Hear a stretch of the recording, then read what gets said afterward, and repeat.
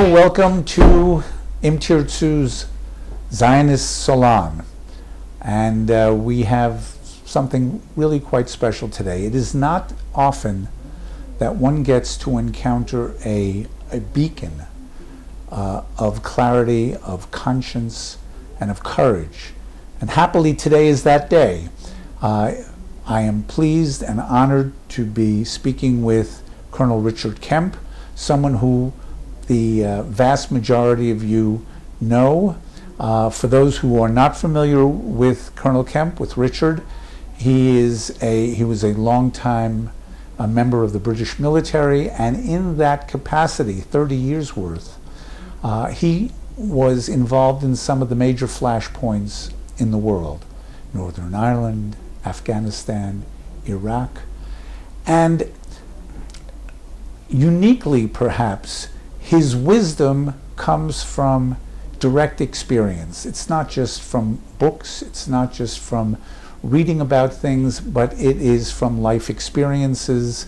It is the takeaway from things that he was intimately involved with, and that has informed him as he has gone on to be a leading spokesman, a defense strategist, and as I say, a clarion voice for the values and the goodness of Western civilization, which happily includes, of course, the state of Israel. So welcome, Richard. It's really great to have you here. As an aside, I will tell you that just about everyone I mentioned that I was doing this interview with you today said the exact same thing. 3 words: wow, he's great. Few people say that about me. Well, you know, in the U.S. there's the expression 50 million Frenchmen can't be wrong. So I'm attributing that that uniformity of response. There's something really there. So it's really a great pleasure to have you with us. And what I'd like to start with is here we are, July 2022. As we say in the financial world, let's mark you to market. Let's update you. What are you focusing on right now? What do you see as the big topics that demand your concern and should demand our focus? Well, thank you very much, and it's a real pleasure to be here with you. I've long admired Im Tirtzu, albeit from a bit of a distance, but now coming face to face, right. I can see how incredibly valuable this organisation is. As far as my what I'm dealing with at the moment, I've been working quite extensively on Israel-related issues recently, including the attempts to vilify and condemn Israel in the United Nations Human Rights Council. And just a few weeks ago, I spoke at the UN Human Rights Council against a report that's recently been issued about Israel's alleged war crimes, crimes against humanity, the standard stuff that we see churned out by that inaugust body about Israel. Also, I'm dealing quite a lot with Ukrainian issues, analysis and consultation relating to the Ukrainian conflict, the Russian invasion. And that is the whole area, not just of Ukraine, but of the threat that Russia poses to the West, is something that concerns me at the moment. And I suppose also I'd say China, which remains closely allied to Russia, but despite that represents an even bigger threat to the West than I think Russia does, despite the immediacy of that threat. Right. And then, you know, everyone's best friend, Iran, which I think threatens us all. Well, you've hit all the buttons, and so before we get to some of the specifics about those particular areas, I'd like to just ask, in terms of you as Richard Kemp, these are recent milestones, but they obviously emanate from experience, from your accumulated experiences. What would you say, looking back, is sort of the common theme, the driver in your career? Well, I would say it's ever since I first joined the army back in 1977, before most of your viewers were born, probably. My role has been to fight against injustice, against threats to the West, and I did that, frequently in operational theatres like Northern Ireland, Afghanistan, Iraq, the Balkans, against people who were trying to intimidate and inflict violence on others. That was the role of the British Army, really, for most of the time I was in it, and I was actively engaged. But since then, I've kind of attempted to take up the same sort of fight, but using the pen rather than the sword. I'm too old and fat now to use a sword to any great effect, but the pen I can wield, and so I try and bring the experience I gained in my military career and dealing with very wide range of violent situations, mostly but not exclusively to do with terrorism, and I try to use that experience and that knowledge to inform others and hopefully, where possible, to correct misconceptions and false narratives, media abuse, and so on. Well, as I said in my introduction, you have the unique advantage of having experienced these things. So your wisdom comes from direct experience. It isn't theoretical. You have seen things on the ground. You have seen things in action that have, what you're saying, have led you to larger, overarching conclusions, perspectives, points of view that continue to inform what your interests are and what your concerns are. And I think that's an amazing use of of those experiences, that they weren't just, gee, this was hard, gee, this was tense, but you connected certain dots and you saw larger messages, larger themes going on in those areas of conflict that have a more general applicability in the world. And I think that is something that is very necessary, from our point of view today. Let's talk about you. You are a great friend of the State of Israel, and I'm going to assume that some of your affinity and your friendship grows out of those experiences. In other words, an empathy with what we face here in terms of dealing with terror and dealing with demonization, delegitimization. Give us a sense of how you came to be the friend of Israel that you are today. Well, Israel is, I think, at the spear point of many of the challenges that the West faces today. And in some cases, the West doesn't even know it faces these challenges, yet Israel is dealing with it. My sort of immediate, I've long had an interest in Israel and admiration and respect for Israel and the IDF. But my immediate interest, I suppose, was really initiated by the friendship that Israel showed to the UK during the time that towards the latter end of my military career, when I was working for an organisation called the Joint Intelligence Committee in the Prime Minister's office in London. And I was dealing with international terrorism, and I experienced the benefit that Israel gave to the UK, and this is in things like intelligence. We have received and still receive today, and many other countries do as well, life-saving intelligence for our citizens, whether it's in the armed forces fighting in Afghanistan or Iraq, as they were until recently, or for citizens at home facing the threat of terrorism. And I can tell you, I probably can't tell you now, but I could tell you numerous specific examples of where Israeli intelligence has saved the lives of British people in our country and overseas. Not only that, but also battlefield medical technology, for example. Many British soldiers have had their lives saved by the most advanced Israeli battlefield medical technology, drone technology, counter-bomb technology, all of these things which have strengthened our military and strengthened our intelligence services. And this is really, and I can give you personal examples of occasions when I benefited from Israel's friendship. And just one example of that was during the 2005 London suicide bomb attacks that occurred. I remember that. Yeah, 3 underground trains and a bus.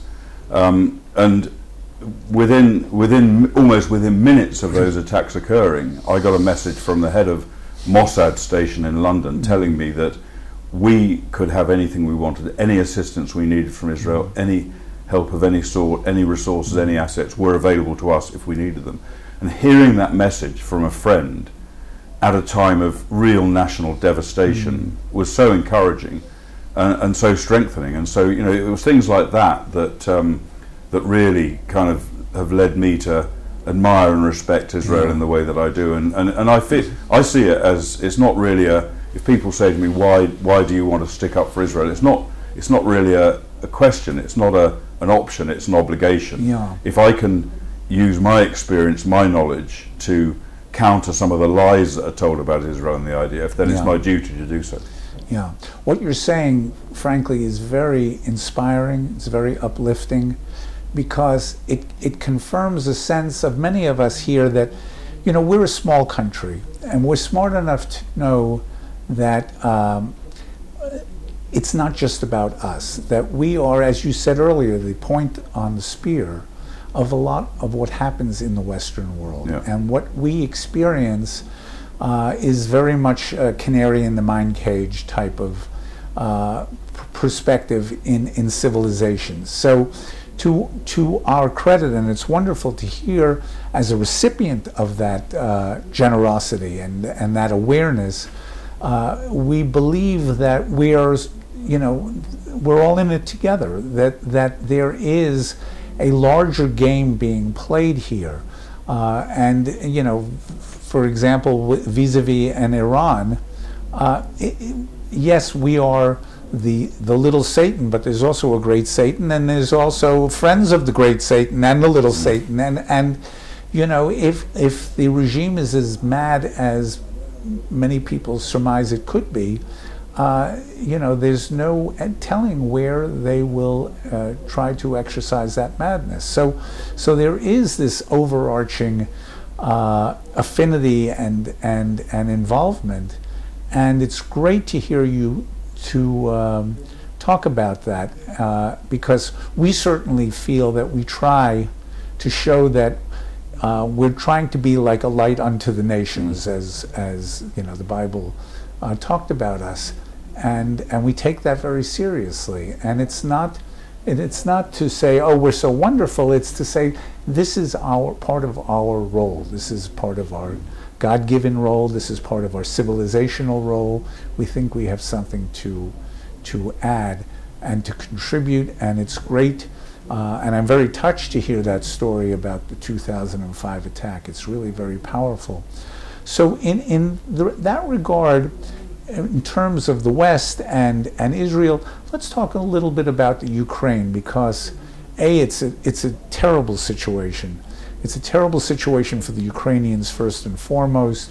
It's terrible in terms of the brazen aggression of Putin and the Russians, but it's also a very difficult situation for us here in terms of in a real world trying to navigate a very difficult situation. And what I'm, as you well know, and for the benefit of our audience, what I'm referring to, of course, is the presence of the Russian army next door in Syria, our ability to operate with more or less impunity as we need to against Iran in Syria, and we've tried to walk a thin line in that regard. Give me your thoughts about what the West should be doing vis-a-vis Ukraine, and what you think Israel should be doing. Yeah, just a slight aside on that before I answer your question.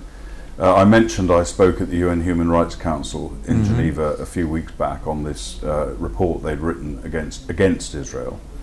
And one of the speakers at that event, I listened to 76 speeches, 74 of which, pretty much 74, were anti-Israel, condemning Israel. One of the most bizarre speeches, one of the most bizarre experiences of my life was to hear the ambassador for the Russian Federation in Geneva condemning Israel's human rights violations, condemning Israel's aggressive war against the Palestinians, and calling on Israel to observe human rights and to cease its combat operations against Israel. Now that at the time when they are conducting the worst war in Europe since the Second World War, so it was like going through the looking glass, if you wish.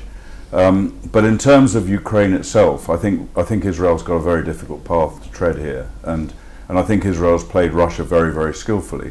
for a number of years in being able to carry out a significant number of attacks against Iranian and Syrian facilities being lined up against Israel that threaten Israel, being able to carry out attacks to stop that from developing into a significant base of operations. And the Russian-Israeli, I wouldn't say cooperation, but shall we say coordination, has been deeply impressive. It's become more problematic recently, and that's partly because of Ukraine, because of course Israel has tried to tread a careful path, but Israel had no choice other than to condemn Russia for what happened in Ukraine, and did so, and is paying a bit of a price for that, I think, in terms of, you know, not necessarily right now, but potentially future limitations on its freedom of operations in Syria. But in the wider perspective, what can the West do about Ukraine? I'm afraid to say that the West today is too weak to take real action on Ukraine. And I think, you know, I applaud Great Britain in particular, and I'm not saying it just because it's my country, but the stance Britain's taken in being, you know, really in the lead on demanding sanctions against Russia, in the lead on providing military equipment to support Ukraine, and financial resources as well to support Ukraine. I applaud equally the US, which has done a great deal as well, and other countries, particularly Eastern European countries. But the West as a whole, I fear, is not in a strong enough position to have any significant impact on Russia. Putin knows there's no prospect of Western military intervention in that campaign, which is about the only thing that could stop him from achieving his objectives in Ukraine. And my fear, and I hope I'm wrong in this, my fear is that the Western rationale for their position, which is, well, Ukraine's not a member of NATO, therefore we can't carry out military intervention, is just an excuse. As I think the nuclear threats that Putin's making, taking them seriously, is also an excuse. And my great fear is that if Putin decides next to bite off a chunk of NATO, like for example the Baltic states, that NATO will not react to that and will not fulfill its treaty obligations to defend member states, because I think there's just such a weakness, particularly in Western Europe. And if Western Europe's not going to react to it, why would the US? Why is the US going to commit combat forces to help NATO countries in Eastern Europe if the Western European countries aren't going to do so? So I think that's a challenge that's coming to us in the future. But I would say that Israel has done, I mean, under the radar, I have no doubt that Israel's done a lot to help Ukraine. And we know that Israel's pretty much the only country that, for example, deployed a field hospital into Ukraine during the, while the conflict's going on. I think looking at it from a distance, that Israel has tried to be helpful to the Ukrainians without going over a certain red line of providing aggressive or offensive weaponry, certainly, that could trigger a red alarm vis-a-vis Russia. It seems that based on things like you just talked about in terms of the Russian ambassador's statement, we have hit nerves there for sure, but it's a very, very difficult quandary, because we don't want to look like we're being insensitive to a country facing invasion. Hello, you know, this is something that we know a lot about, and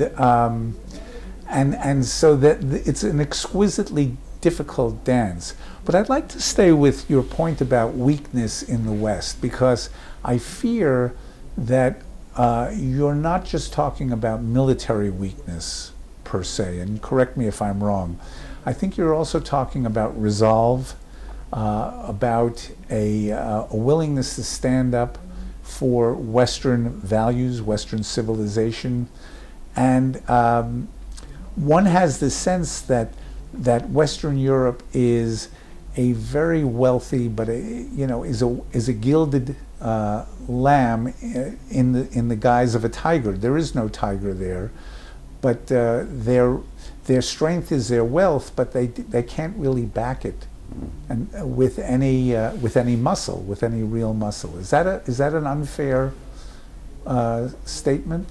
I don't think it is. I think you've hit the nail on the head. I believe that Western Europe, and not just Western Europe, but the West as a whole, including the US, has really lost its way and lost its resolve, lost its I think I would say lost its sort of belief in itself, and you know, to a large extent, Western values have been. It's not just coincidental. Yes, of course, European wealth, comfort, etc. has, the countries and the people have become very accustomed to it, and understandably, but the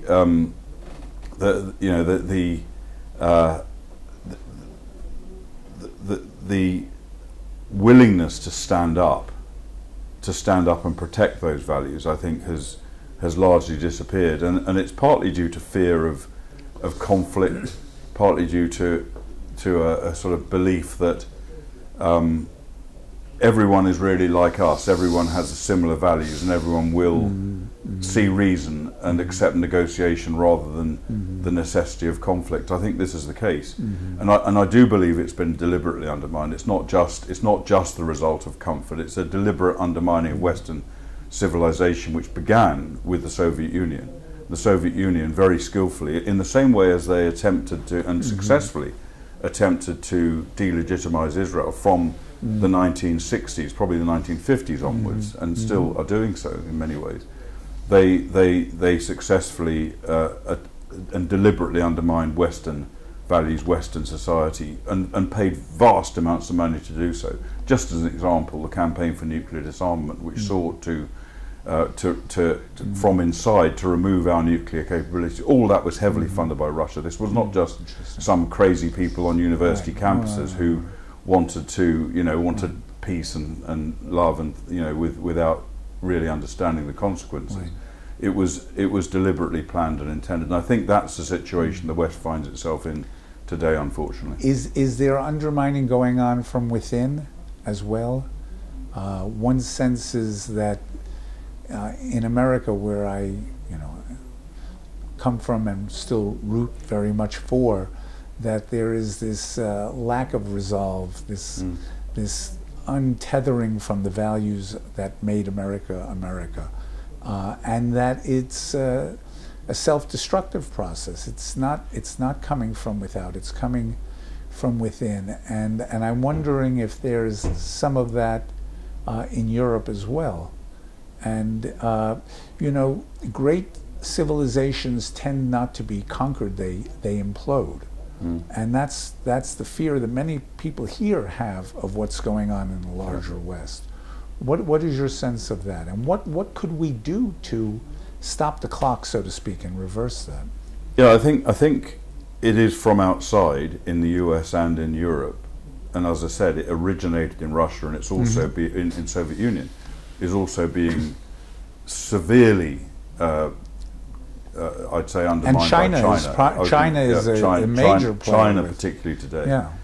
But it's within as well. You're absolutely right. I think it's and a lot of the within stuff is motivated from outside, but the problem is also from within. And as to how you deal with that, we need strong political leaders, which to my mind right now, I can't think of any country in the West that has the strength of leadership that is required to protect ourselves. And I'm not talking about military protection only, that is important, but to protect ourselves in terms of standing up for our civilization, standing up for our values. And I just don't see it. And frankly, I don't also see very many examples of strong leaders emerging in the future. I think it's... And why is that? What would you attribute? It's not that there aren't good people. Is it because one would be somewhat masochistic to go into politics and put their lives under a microscope and be forced to account for any number of things that each of us has to account for in life? What do you attribute that? I think a lot of it is exactly what you just said. In other words, it's entering the devil's lair in a way to go into politics where everything is so closely scrutinized. A remark that you made 30 years ago is dragged up and thrown into your face, and you're cancelled. These are the sort of things I think that do deter decent people from going into politics. And it's really, I think, I would say a single most significant factor is just the media, which, and I would say particularly in the UK, I'm sure the same applies to a similar extent in countries like the US and other European countries. But in the UK, for example, we have the BBC, which has its own agenda, its own left-wing agenda, hard left-wing agenda, and everyone is influenced by the BBC, and people see the BBC for some reason that I don't really fathom as being a kind of objective organisation, but it isn't. It's got its agenda, and that agenda drives politics. And I think, you know, people like Winston Churchill, for example, and Margaret Thatcher to a similar extent, if the same level of media scrutiny had applied during their time, and it did more in Thatcher's time, then, you know, Churchill would not have emerged, I don't think. He would not have been been the great leader he'd been, because he wouldn't have been allowed to be, because the media would have prevented it from happening. So I think, you know, it's a very hard problem to tackle, because of course we want media freedom. But we also need, I think we need balance in the media that we simply don't have at the moment in the West. But what you're saying is that many of the leading pillars of the society do not share the affinity for protecting, nurturing, defending the values of the society that will enable it to progress into the future as a great country, as a great civilization, a great society. And there's no plan B. It's just a nihilistic, a self-destructive type of posture. That's what many of us see from here, anyhow. I think many Western leaders lack the courage. They in many cases, I'm sure they recognise the problems that exist, and they probably, in many cases, are on the right side of those problems, but they lack the courage to actually tackle them, because it's probably easier to kind of go along with the flow to an extent and think you can make a little tweak here and there, and actually it's hard to do that. But I do see a difference between Israel and Europe and the US. And I know Israel's not, I know you're the most democratic country in the world, because you've had 5 elections in the last 2 years, or whatever it is. So you love democracy, but I do think Israel retains, in its leadership and in its society as a whole, it retains a hardness and a strength of purpose that comes, I think, from being under threat in the way that European countries are not. And you've got enemies on every side of you. Admittedly, the situation is changing for the better with the Abraham Accords, etc. But nevertheless, you are confronted by very real existential threats to your country. And I think that, in the same way as you'd have seen a similar spirit, I think, to Israel in Britain in the Second World War, when we were under existential threat. And I think that it's a bad situation to be in, but it's a driver for the good, I think. I've gotten myself into a lot of hot water by telling people that Israel is blessed to have external enemies. It sounds very counterintuitive, but it really, you just really summarized the case for it very well. It is a matter of strengthening inner resolve here. In some respects, ironically, the most difficult time in this country was in the wake of Oslo, when there was a sense that, oh, we're going to have peace. And then we started to see the internal divisions in the country start to manifest themselves more and more, culminating in the assassination of Yitzhak Rabin and the tensions that flowed from that. But, you know, Im Tirtzu, which is all about protecting Zionism and values, defending against anti-Zionist attempts at demonization and delegitimization here within Israel, and many of our friends in the United States are surprised to hear that there is anti-Zionism within Israel itself, and also to elevate Zionist values with our citizenry. We're very worried about what we see as a crisis of confidence here. And the crisis of confidence or resolve manifests itself, as we see it, in Israel's reluctance to assert its sovereignty, its control, its sense that we are calling the shots in this country. This is our country, and there's sort of an ethos of keeping a lid on things, and historically that has meant tolerating lawlessness, tolerating violence, tolerating two ways of doing things where the law applies to the Jewish residents but not necessarily to the Arab residents for fear of alienating them, for fear of... And this is starting to take on very problematic proportions where we're worried about... you saw last year here there were riots in our mixed cities. We've never seen that before, and now we're seeing it now, and we're concerned about that. So you have a unique perspective on this. Our fear is that when you try to be too tolerant or too giving, it's perceived not as being reasonable and, oh, I'll meet you halfway. It's perceived as being weak. And weakness is meant to be exploited. And maybe that's a cultural thing in some parts of the Arab world, that you take reason and nuance as weakness. And you have tremendous experience with this from your past experience. I'd love to get your point of view of whether that's realistic or not. I think it is, and I think the culture here in the Middle East. I've spent a lot of time in different countries in the Middle East, and the culture here is a culture that respects strength and despises weakness. And if it sees weakness, and it tries to create weakness in many cases, if it sees that, it exploits it and pushes further and further and further. And we've seen that really since even before the recreation of the State of Israel in 1948. You know, we saw Arabs in this country attempting to shove the Jews into the sea, right even before the state was created, and we see a continuation of that. And I think, you know, in my view, yes, we've got the Abraham Accords, and countries outside of Israel, countries like UAE, Bahrain, and I believe also like Saudi Arabia, they respect and admire Israel because of its strength.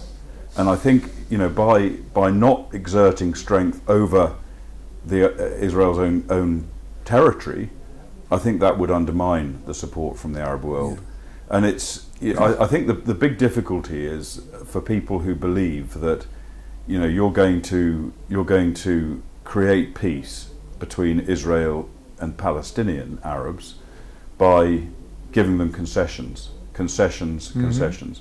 It's not going to work. It's not going to happen. We've seen that. We saw it in Gaza. We've seen it in, you know, after the Oslo Accords. We've seen it in southern Lebanon. We've seen that, you know, the Arabs in this part of the world, if you make concessions to them, they want more, and it's never enough.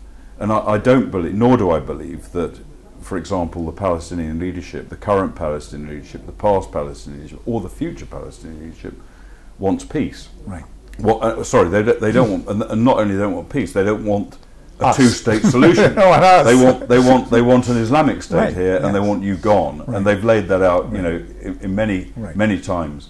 So I think that thinking you're going to somehow bring them over onto the right side, onto you know, the side of peace, is just a delusion. And it can their ambition for an Islamic state here can only be countered by strength, I think, and therefore any you know, appeasement, any concessions, I think, need to be very, very carefully thought through by Israel. At the same time, the problem is, of course, that Israel is under such heavy scrutiny from the West, who have a totally different perspective. And Israel's got to look in many ways in both directions, because it's not in isolation. It depends heavily on the US, it depends on other Western countries. Well, you put your finger on it when you said that the delusionary mindset of the West, that we all want the same thing, and the unwillingness to perceive that there are people who actually do not want the same thing, who are not playing by the same rule book, they're not singing out of the same hymnal, so to speak, and their agenda is a very different one, and it's one that rankles the Western mindset, the Western sensibility, but it's very real. And the greater sin is to pretend it doesn't exist, rather than to say, if, you know, when in Rome, you've got to be like, you know, what your neighbors are doing, what's going down as the, the state of affairs here, the mindset here, the ruling mindset. And I'm sorry to say this. Well, I'm not sorry to say it, but one of the realities of this situation is not just Israel that suffers as a result of concessions and weakness and Western scrutiny is not the right word, because scrutiny is fine, but Western bias against Israel, Western views that they know better than Israel knows. I think that it's not just Israel that suffers from that. The kind of stuff we heard at the United Nations, the kind of vitriol and bile you hear all over the place against Israel also incites anti-Semitism against Jews around the world, and we've seen that last May in the war. We saw that, but I think the greatest victims of all this are not Jews around the world. They're not the Israelis. The greatest victims are the Palestinian Arabs, whose life and whose future is contaminated and devastated by their leadership. Absolutely. Absolutely. It's when you see the curricula in the schools, when you see the poisoning of the well with 3-year-olds, this really is a crime against humanity. It is, and you say, how can, this is where you divorce yourself from that mindset and you say, how can people be like that? How is that possible? But it is possible. And the Abraham Accords is something that we feel very excited about here, and maybe we can end on a positive note, which is the potential for the Abraham Accords to become something even larger, like a regional alliance, including countries like India, which we've had just recently a very interesting multilateral conference with about defense sharing and information sharing. Southeast Asian countries who feel that let's take the initiative. Maybe the U.S. is pulling back as a force in the world. China is emerging as a threat in the world. Iran is a wild card threat that can affect many countries. And let's take it upon ourselves to link arms and find common cause with other countries that we really share a lot more than we disagree with about things. I think the Abraham Accords have huge promise. I mean, they've achieved a great deal already, but and I think, for example, the greatest prize in the Abraham Accords would be Saudi Arabia, and I think that without Saudi Arabia's blessing, the UAE and Bahrain and other countries would not have signed up to the Abraham Accords. And I think only when the current Crown Prince, MBS, becomes the ruler of Saudi Arabia, I think then it's highly likely that Saudi Arabia will officially join the Abraham Accords. And I've had discussions with leaders and government officials in Saudi Arabia which tend to confirm that perspective. And I think there's one, to develop that further, we really do need the strongest possible backing from the United States, and that has been extremely lacking under the Biden administration. I hope that either they see the light or that they get replaced by an administration in due course that is more likely to put power behind the Abraham Accords, because I do think that not only is that beneficial for the region and the world, but also I think the Abraham Accords and their development are about the only glimmer of hope you could have that sufficient pressure would be applied to the Palestinians to make them come to some kind of accommodation with Israel. It's a faint glimmer, but I think it's about the only one. Yes, yes. It may be faint, but you play the cards that you have, and you try to push the assets that you have. Richard, this was fascinating, and I'm sure our viewers are in a much more wise and informed position than they were from the beginning of the talk. I want to thank you very, very much for joining us today. Wish you continued, may you, as we say, go from strength to strength, and may your voice be heard in all the right councils where it needs to be heard, speaking sanity, speaking justice and rightfulness for not only for Israel, but for the West, for Western values, and may we all continue to benefit from your wisdom and strength. So thank you very much. Thank you. I appreciate that. Thank you.